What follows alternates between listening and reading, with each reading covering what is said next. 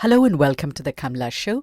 We bring you interviews and conversations with technologists, entrepreneurs, filmmakers and others from in and around the San Francisco Bay Area. Director Lenny Abrahmson's new film, Room, is based on Emma Donoghue's novel by the same name. This is a story about a mother and son who are confined in a small room. The little boy's whole universe is that little room. What happens in the room and what happens once they leave the room is what the film is about. Brie Larson stars as the mother and Jacob Tremblay as the little boy. Room won the People's Choice Award at the 2015 Toronto Film Festival and won the Audience Award at the 2015 Mill Valley Film Festival.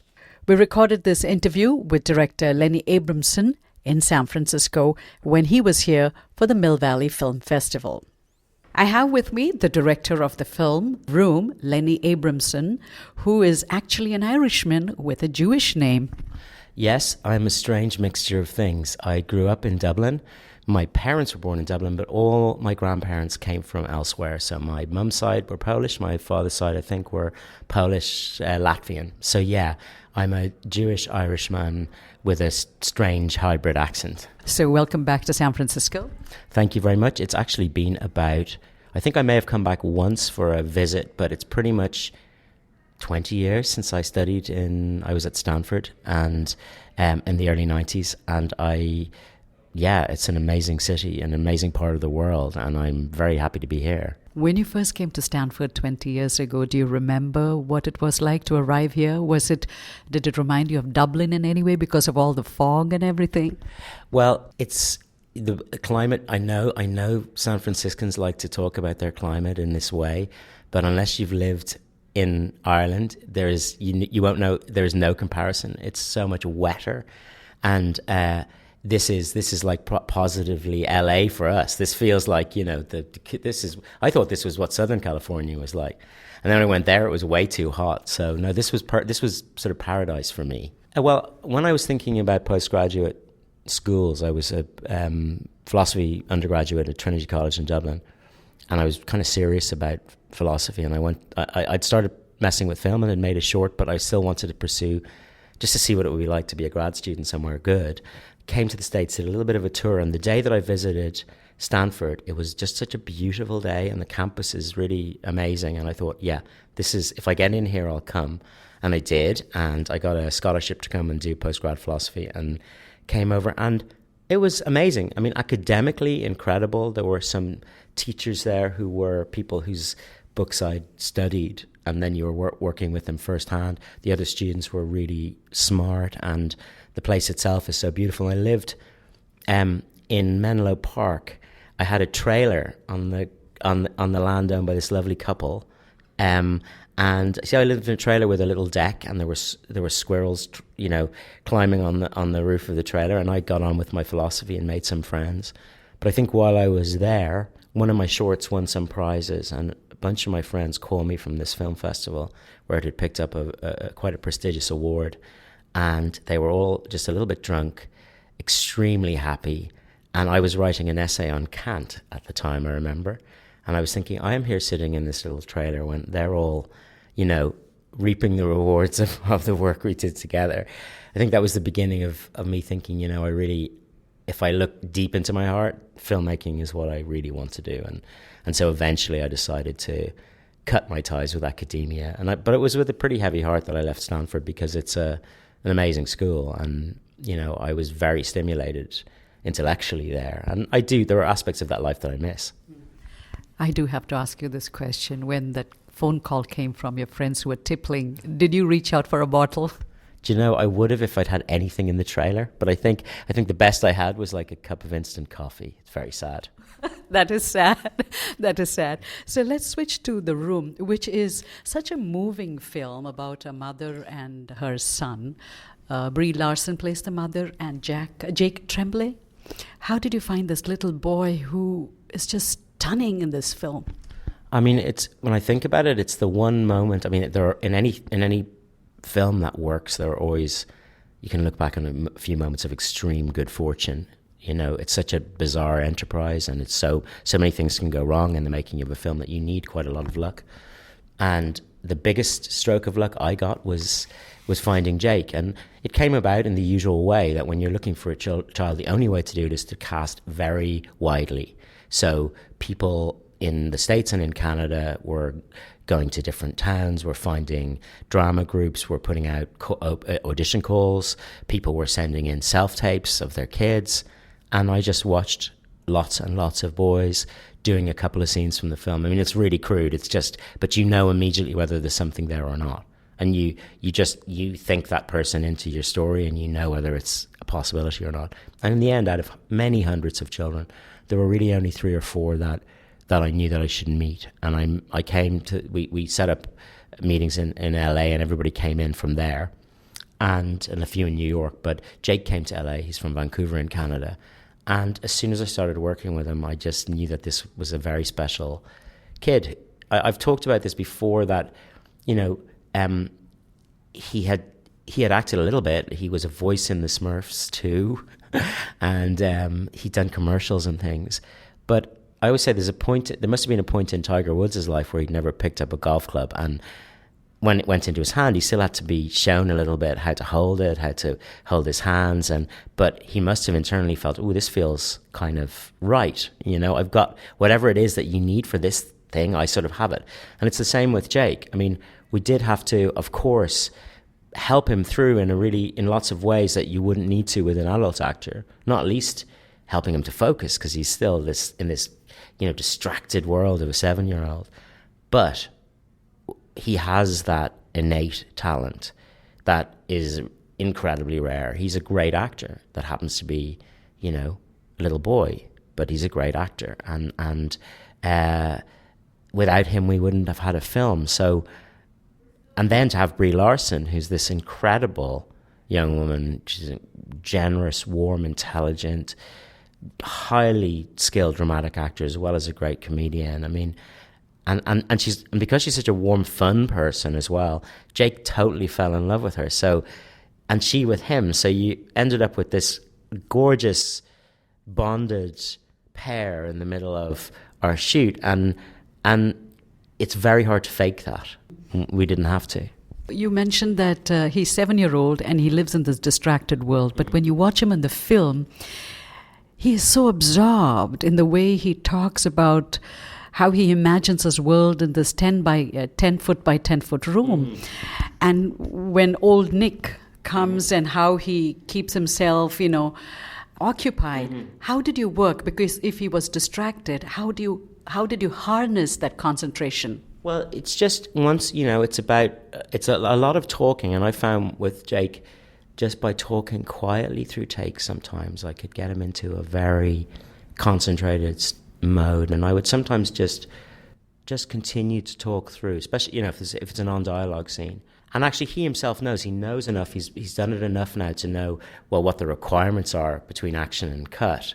So he, you know, you just have to do a little bit more work than you would with an adult actor to get them settled, to kind of calm things down, to make sure the set is quiet, to get him. And his parents were amazingly helpful as well, because they were always there, and they'd say, oh, come on, Jake, it's time to settle in and do some work. And I'd tease him and joke with him, and I'd say, come on, I bet you, this isn't going to be a good take, and he'd say, it's going to be a great take. And I'd say, well, okay, show me how great a take this is going to be.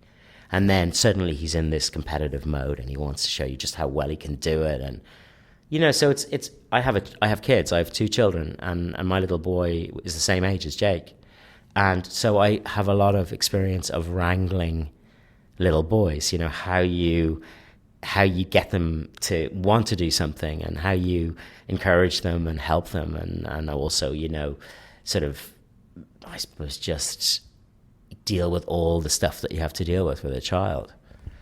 Did you go back to your own boyhood to remember some of the things? Because there's a very strong point of view. The kid's point of view comes across. The film is actually about the kid. So did you go back to your childhood? How did you get down to his level? Because it's not easy. There you are, you have to deal with Brie Larson, who's dealing with her own demons. And here's this little boy who doesn't have demons but has elves and others, goblins, right? Yeah, right. Exactly. it was a long process, actually, before even he was cast, when I started to talk with, well, Emma, particularly the author, and we talked about our children and about our childhoods. And you're absolutely right that it did bring things up for me about my own childhood, remembering how you could just become fascinated by just the texture of something, and you just spend ages kind of running your finger along it, and gradually realize, and also scale changes. So the kid would become, as a child, you'd be, like I say, become fascinated with some tiny object, and that occupies your mind. It becomes your whole world for a little while, and then suddenly you wake up and you're back in the real sort of full scale room that you're in. And I wanted to capture some of that, those shifts of scale, and but a lot of this came from long conversations also with the director of photography, Danny Cohen, and the designer, Ethan Tobin, because we were talking about, well, what are the things in this room that he would tune into?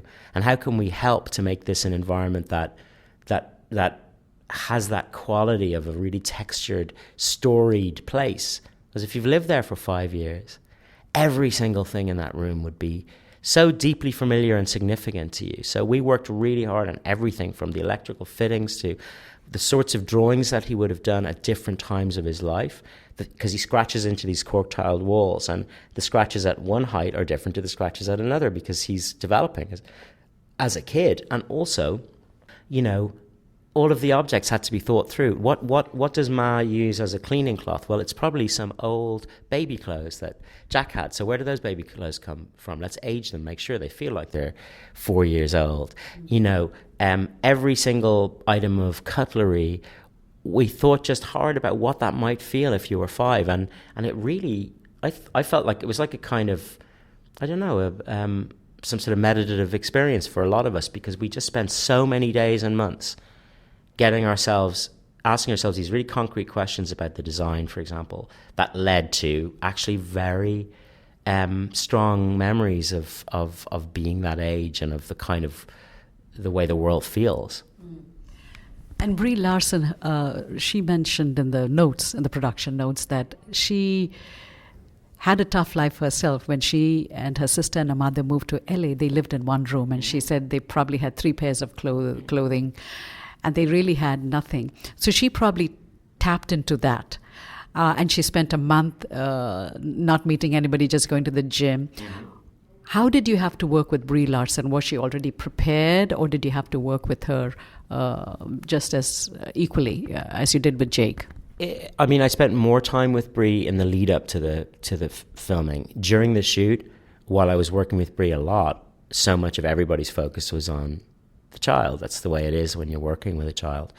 But in the say 7 or 8 months from when we cast Brie to the point where the film started, we did a tremendous amount of talking together and going through the ideas in the film. We went and we saw this very interesting trauma specialist who we learned a lot from about the ways in which trauma shows itself and how it's suppressed during the traumatic event itself and how it comes out later.